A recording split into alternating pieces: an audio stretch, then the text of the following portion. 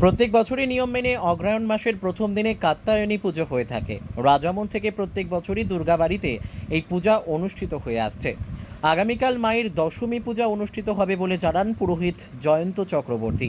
প্রসঙ্গত, কাত্যায়নী হিন্দু দেবী দুর্গার একটি বিশেষ রূপ এবং মহাশক্তির অংশ বিশেষ।